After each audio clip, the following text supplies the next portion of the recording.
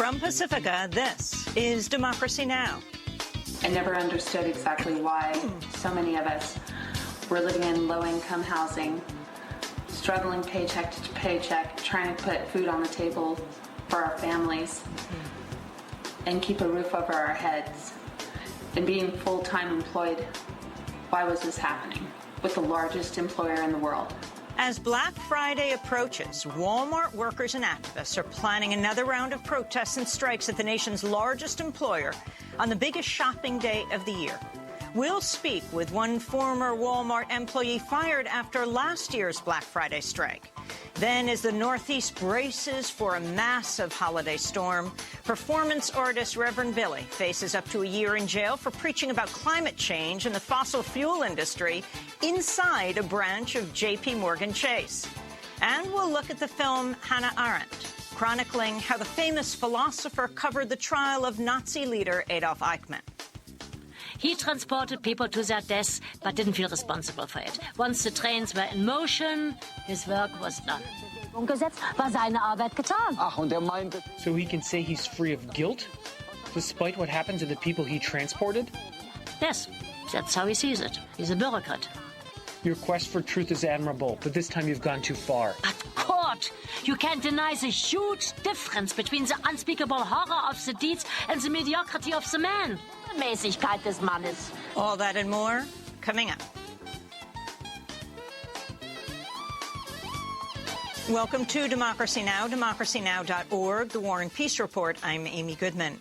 The United Nations has set a January date for peace talks between the Syrian government and rebel opposition. Secretary General Ban Ki-moon of the United Nations announced the gathering on Monday.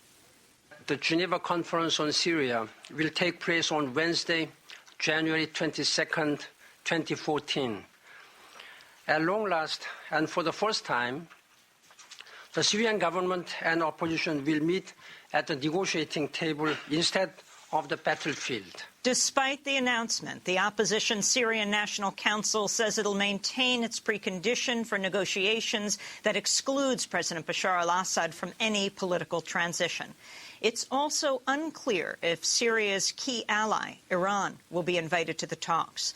Speaking earlier today, the Iranian Foreign Minister Mohammad Javad Zarif said Iran is prepared to attend if invited.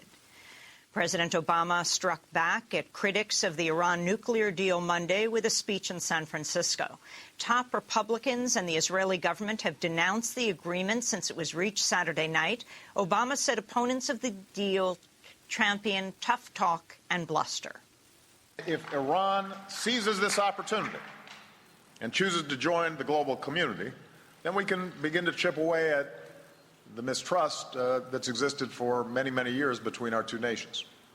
None of that's going to be easy. Huge challenges remain, but we cannot close the door on diplomacy, and we cannot rule out peaceful solutions to the world's problems. We cannot commit ourselves to an endless cycle of conflict.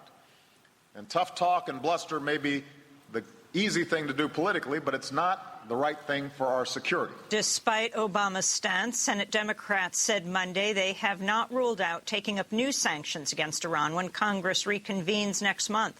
Iran has warned any new sanctions would scuttle the Geneva Agreement. The Obama administration has warned Afghan President Hamid Karzai over his plan to delay signing of a security pact that would preserve a long-term U.S. occupation. In Kabul, National Security Advisor Susan Rice personally delivered an ultimatum Monday that U.S. troops could fully withdraw in 2014 if Karzai does not add his signature before the end of the year. A Council of Elders approved the U.S.-Afghan pact, but now Karzai is seeking to continue negotiations. According to a spokesperson, Karzai wants an end to U.S. raids on Afghan homes as well as the release of all prisoners from Guantanamo Bay. Protests are continuing in Pakistan against the U.S. drone war. On Monday, dozens of lawmakers marched on the U.S. consulate in KPK province to deliver a petition calling for an end to drone strikes. Drone attacks are a violation of the UN Charter. Today, these members of the National Assembly, cabinet members, and members of the Provincial Assembly have gathered here on behalf of hundreds of thousands of residents of KPK province, and indeed